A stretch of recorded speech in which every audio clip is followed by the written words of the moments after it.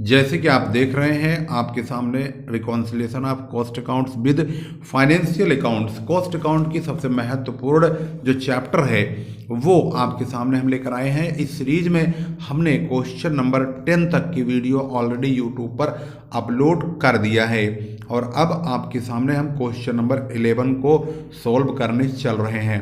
Question number 11 जो कि महत्वपूर्ण क्वेश्चन है और इसमें क्या खास बात है और क्या नई चीज़ है वह और क्वेश्चंस के मुकाबले, आइए इसको भी देखते हैं। यहाँ पर इन्होंने जो इन्फॉर्मेशन दी है, मटेरियल्स 20 रुपीज़ ये पर यूनिट का रेट यहाँ पर चल रहा है। वेजेज भी है, प्राइम कॉस्ट जोड़ दिया गया है, इन दोनों को जोड़ के प्राइम कॉस्ट आ गया। Work overhead 11 rupees per unit जोड़ने के बाद work cost 46 rupees per unit और ऑफिस ओवरहेड जोड़ा गया है 4 रुपीज़ का और टोटल कॉस्ट 50 रुपीज़ हो गया है। क्वेश्चन में कहा गया है 1000 units were manufactured out of which 900 were sold at ₹60, assuming no difference between overheads and actual expenses. So result if in financial books closing stock is valued at works cost, there was no opening stock. Question बहुत ही साफ सुथरा लिखा है, ज़्यादा amount नहीं है, छोटी सी information है। तो सबसे पहले हम यहाँ पर 1000 यूनिट के हिसाब से इन तमाम अमाउंट्स की हम कॉस्टिंग कर लेते हैं कि ये कितने कितने रुपए के होंगे।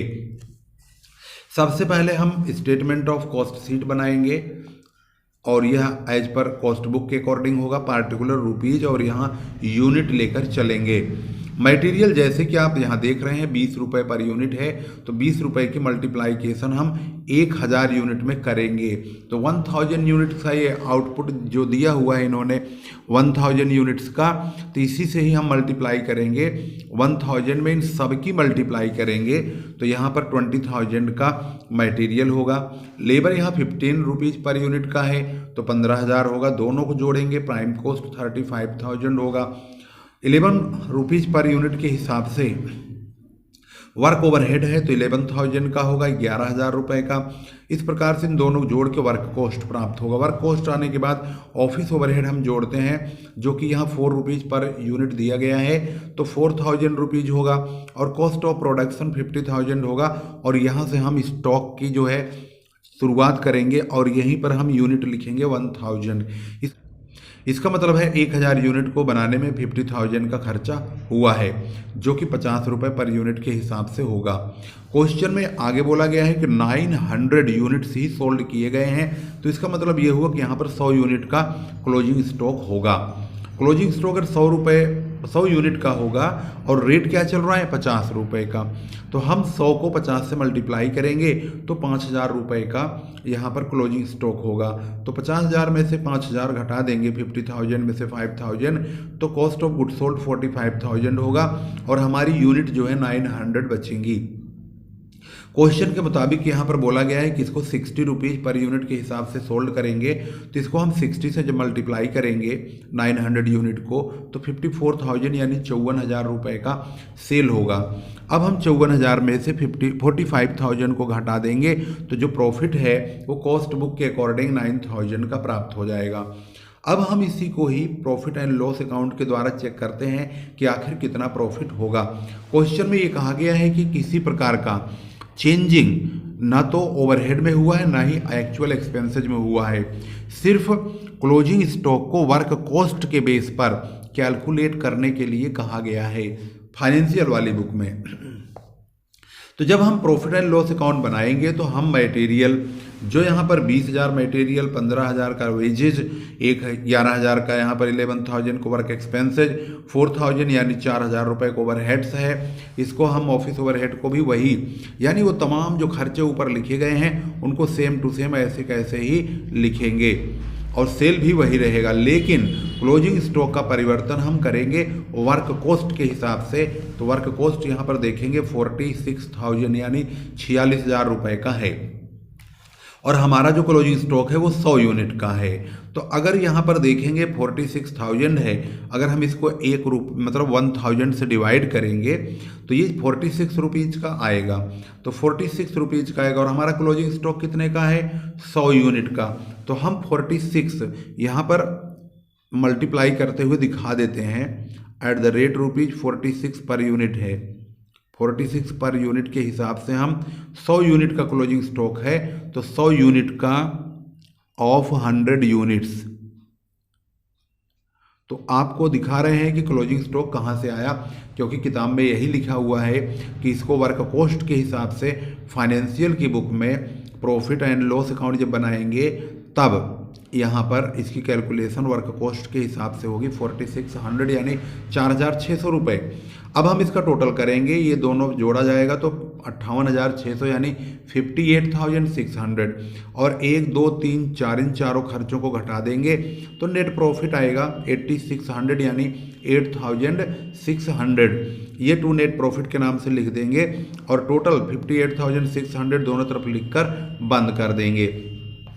अब हम बनाएंगे रिकॉन्सिलेशन स्टेटमेंट। रिकॉन्सिलेशन स्टेटमेंट सबसे पहले net profit as per cost book के अकॉर्डिंग ये 9,000 का प्रॉफिट लिखेंगे यहाँ पर। इसमें हम ओवर वैल्यूएशन जो हुआ है क्लोजिंग स्टॉक का, यहाँ पर कॉस्ट अकाउंटिंग की बुक में क्लोजिंग स्टॉक देखेंगे तो यहाँ पर 5,000 रुपये है और यहाँ पर क्लोजिंग स्टॉक 4,600 है, तो इसका मतलब है 400 रुपये का यहाँ पर ओवर वैल्यूएशन क्लोजिंग स्टॉक का कॉस्ट बुक में हुआ है। उसको हम घटा देंगे यानी लेस करेंगे।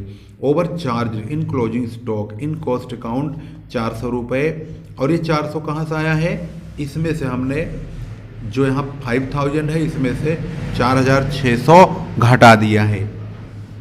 तो यहाँ पर दिखा देते हैं कहाँ से आया है, 5,000 यानी 5,000 माइनस 4,600, तो ये 400 यहाँ से आया है। अब इसको घटाने के बाद और कुछ चेंज तो किया नहीं है, सब बाकी सब चीज़ें सेम टू सेम है, तो net profit as per financial book यानी यही वाला प्रॉफिट प्राप्त हो जाएगा। तो हमारे रिकॉन्सिलेशन में यही करना होता है कि हम कॉस्ट बुक से शुरू करके फाइनेंशियल बुक का ही मैच कराना होता है, जिससे हमें पता चल जाता है कि हमारे जो रिकॉन्सिलेशन स्टेटमेंट है उसके अकॉर्डिंग हम किस प्रकार से रिकॉन्साइल करके दिखाते हैं। तो यहाँ पर ये आपका क्वेश्चन नंबर जो 11 था शुरू से लेकर के लास्ट तक एक एक पॉइंट आपकी स्क्रीन पर मौजूद है, इसको आप देख सकते हैं। अगर आप एक न्यू स्टूडेंट हैं इस चैनल को जरूर सब्सक्राइब कीजिए और लेटेस्ट अपडेट्स कंटिन्यू लेते रहिए नई नई वीडियोज की। अब आपके सामने मौजूद है क्वेश्चन नंबर 12। क्वेश्चन नंबर 12 में आप देखेंगे तो यहाँ लिखा हुआ है net profit as per financial book 63,780, और यहाँ पर profit as per cost book भी लिखा है 66,760 यानी कि 66,760 रुपये। अब हम क्वेश्चन में इसमें नेट प्रॉफिट यानी profit and loss account cost sheet बनाने की ज़रूरत ही नहीं है, क्योंकि दोनों का प्रॉफिट ऑलरेडी गिवन है। तो इसमें सिर्फ हमें इस इंफॉर्मेशन से सिर्फ रिकॉन्सिलेशन स्टेटमेंट ही बनाना है। तो सबसे पहले हम कॉस्ट बुक के अकॉर्डिंग जो प्रॉफिट आया हुआ है 66,760 को यहाँ पर लिख देंगे।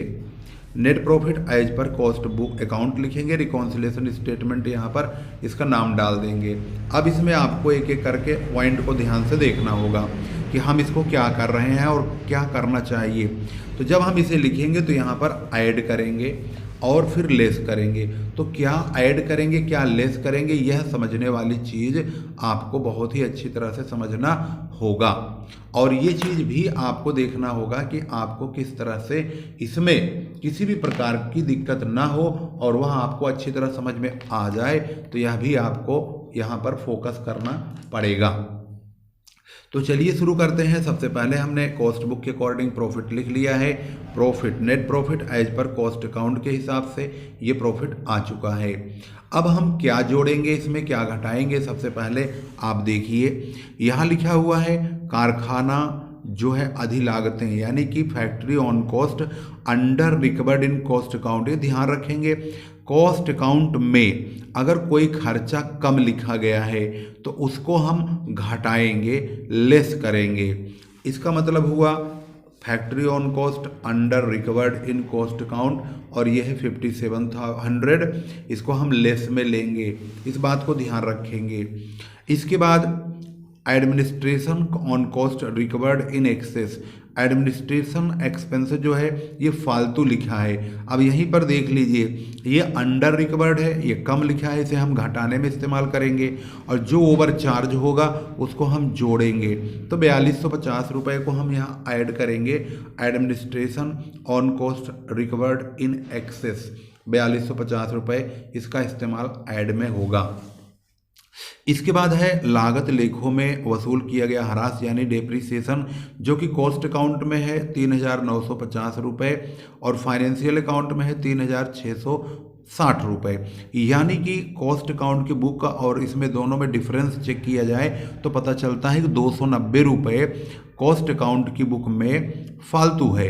इन दोनों का अगर डिफरेंस करते हैं तो कॉस्ट अकाउंट में इसमें से इसको घटाएंगे तो 290 आएगा, जो कि कॉस्ट अकाउंट में जितना फालतू होगा वही हम ऐड करेंगे। 290 रुपये हम ऐड करेंगे डेप्रिसिएशन ओवर चार्ज, यानी कोई भी खर्चा कॉस्ट बुक में फालतू होगा उसको हम ऐड में इस्तेमाल करेंगे। इसके बाद अगला है प्राप्त ब्याज लेकिन लागत लेखों में सम्मिलित नहीं। Interest received but not included in cost book. अगर कोई इनकम, क्योंकि हम इस प्रॉफिट को फाइनेंशियल बुक के अकॉर्डिंग प्रॉफिट लाना चाहते हैं, यानी हमें ये प्रॉफिट लाना है, तो हम जो भी प्रॉफिट फाइनेंशियल इस बुक में यानी फाइनेंस वाली बुक में जुड़ चुका है और कॉस्ट में नहीं जुड़ा है और कॉस्ट के हिसाब से हम बना रहे हैं, तो हमें उस प्रॉफिट को कॉस्ट वाली बुक में जोड़ना पड़ेगा। अब ये बोलते हैं यहाँ पर 450 रुपये का इंटरेस्ट रिसीव्ड हुआ, परंतु ये कॉस्ट बुक में इंक्लूड नहीं है, तो हम इसे इंक्लूड करेंगे। यहाँ पर लिखेंगे interest received not recorded in cost account की बुक में नहीं इंक्लूड है 450 रुपये।